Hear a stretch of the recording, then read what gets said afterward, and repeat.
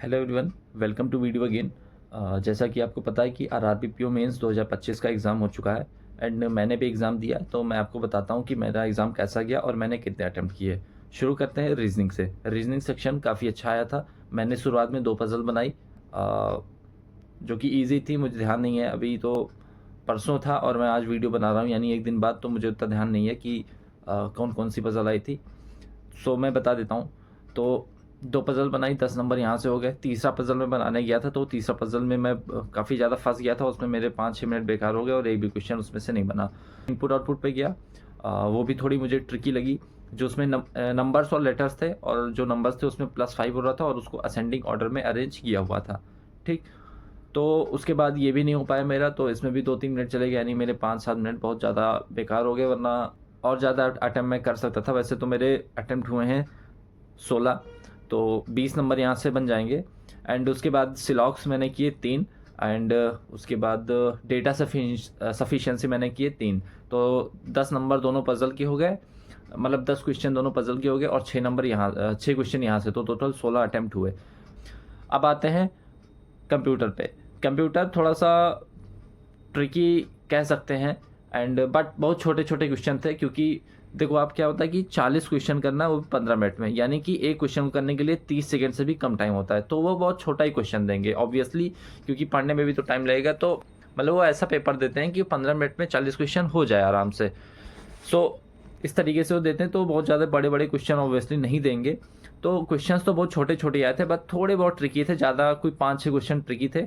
बाकी मैंने 28 अटेम्प्ट किए हैं। मुझे मेरा पढ़ा हुआ आया था, मैंने गौरव गर्ग सर से पढ़ा था, जो उनका कंप्यूटर कोर्स है उससे मैंने पढ़ा था, तो काफ़ी सही पढ़ाया था उन्होंने और मैं क्वेश्चन कर भी ले गया था।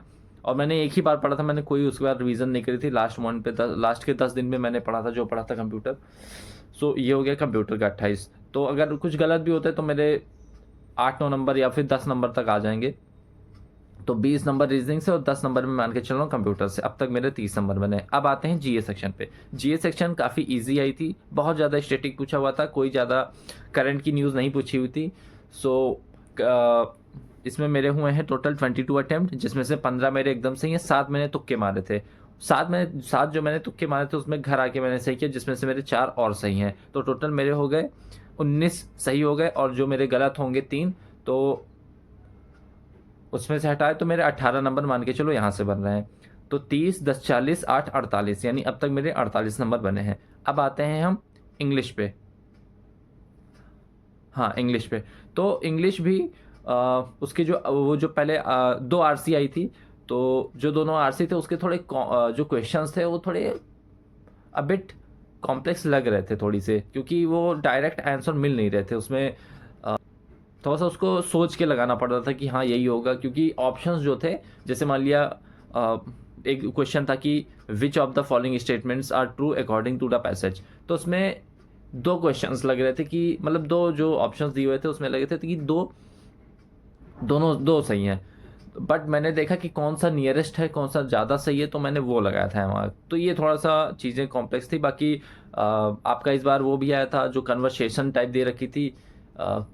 कोई कन्वर्सेशन थी, एक ए ये कहता है, बी ये कहता है, उसके बीच-बीच में फिलर्स डाले हुए थे। उस फिलर्स में तुमको इडियम्स फिल करने थे। तो इडियम्स मुझे आते नहीं थे, तो मैंने वो किया नहीं था। बाकी जंबल भी मैंने किया था एंड आपके सेंटेंस रीअरेंजमेंट भी आए थे, पैरा जंबल दोनों आया था। पैरा जंबल मैं बता देता हूँ कि मेरा पैरा जंबल क्या बना था। वो था ECBFAD। आप कंफर्म करना कि किनका ये बना। मैं रिपीट कर देता हूँ, ECBFAD। तो ये मेरा बना था, क्योंकि जो पहला वाला सेंटेंस था वो एकदम साफ-साफ पता चल रहा था कि ई से ही शुरू होगा। और मैंने इसको कई सारे ग्रुप्स में भेजा, तो लोगों ने कंफर्म किया कि हाँ। और तो आप वही है, आप भी कंफर्म कर देना, तो पता चल जाएगा कि हाँ सही है या नहीं। सो यही था इंग्लिश के। तो टोटल मेरे अटेम्प्ट हुए 33, और इसमें से मैं मान के चल रहा हूँ कि मेरे 22-23 नंबर आ जाएंगे। तो मैं 22 नंबर यहाँ से पकड़ के चल रहा हूँ। पिछला मेरा मैं कहाँ तक पहुँच गया था, 48। तो 48 2 50, 50 20 70, 70 मेरे यहाँ से हो गए। अब आते हैं क्वांट सेक्शन पे। क्वांट में मैंने अटेम्प्ट किए हैं 20। सबसे पहले 6 नंबर सीरीज़ आई थी, जिसमें से मैंने 5 बनाई, और जो एक नंबर सीरीज़ थी वो मैंने आके देखा था, वो मुझसे बनी नहीं थी। तो मैंने आके देखा था, उसमें क्या था, जो डबल डिफरेंस था वो मल्टीपल में चल रहे थे 13 के, तो वो मैं कर नहीं पाया था। तो 5 क्वेश्चन वहाँ से बन गए। फिर मैंने 2 DI बनाई, एक नॉन वेज वाली आई थी, टोटल दे रखा था उसमें x, उसमें जो पाई चार्ट थी, दोनों 2 पाई चार्ट थे उसमें, एक था टोटल और एक था वेज का। तो out of total number of ways के परसेंटेज दे रखे थे और उसमें वेरिएबल भी थी y। और जो टोटल वाला पाई चार्ट था वो उसमें भी टोटल दे रखे थे, उसमें से तुमको परसेंटेज निकालना था और उसमें वेरिएबल दे रखा था x। तो वही है, x की वैल्यू वहाँ से बहुत आसानी से निकल रही थी और y की वैल्यू वहाँ से बहुत आसानी से निकल थी, बस माइनस करके डेटा आ रहा था और क्वेश्चन सॉल्व कर देना था। ठीक, तो यहाँ मैंने बन गए थे और इसके आए थे 6 क्वेश्चन। उसके बाद एक और DI आई थी जो थी फिक्शनल नॉन फिक्शनल वाली, वो भी बन गई थी, उसके भी आए थे 6 क्वेश्चन। तो 12 नंबर यहाँ, 12 क्वेश्चन यहाँ से बन गए, 5 क्वेश्चन वहाँ से बन गए, टोटल हो गया यहाँ से 17। उसके बाद मैंने बनाए 3 एरिथमेटिक के क्वेश्चन, एक मैंने HS बनाया, एक मैंने टाइम एंड वर्क वाला बनाया था और एक मैंने पाइप्स वाला बनाया था। ये 3 क्वेश्चन मैंने बनाए, तब तक मेरा टाइम खत्म हो गया और मैंने करे 20 क्वेश्चन। तो 20 क्वेश्चन मैंने किए, तो इसके नंबर बनते 25, तो 70 20 80 नहीं 70 20 90 और 5 95, यानी मेरे टोटल अगर मैं शॉर्ट बोलूँ तो मेरे 95 मार्क्स बन रहे हैं।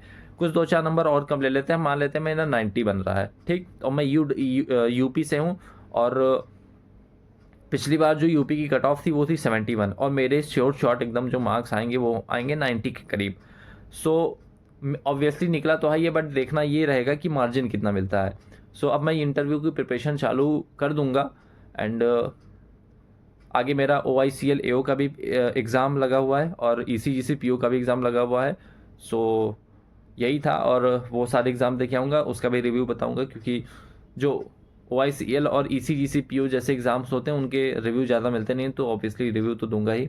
सो या दैट्स इट, एंड पढ़ते रहिए आप भी, और मैं एक वीडियो और लेकर आऊँगा कि मेरा इस बार का साल कैसा गया, क्या क्या लर्निंग मिली, तो वो वीडियो भी आप ज़रूर देखना। एंड या दैट्स इट, थैंक यू।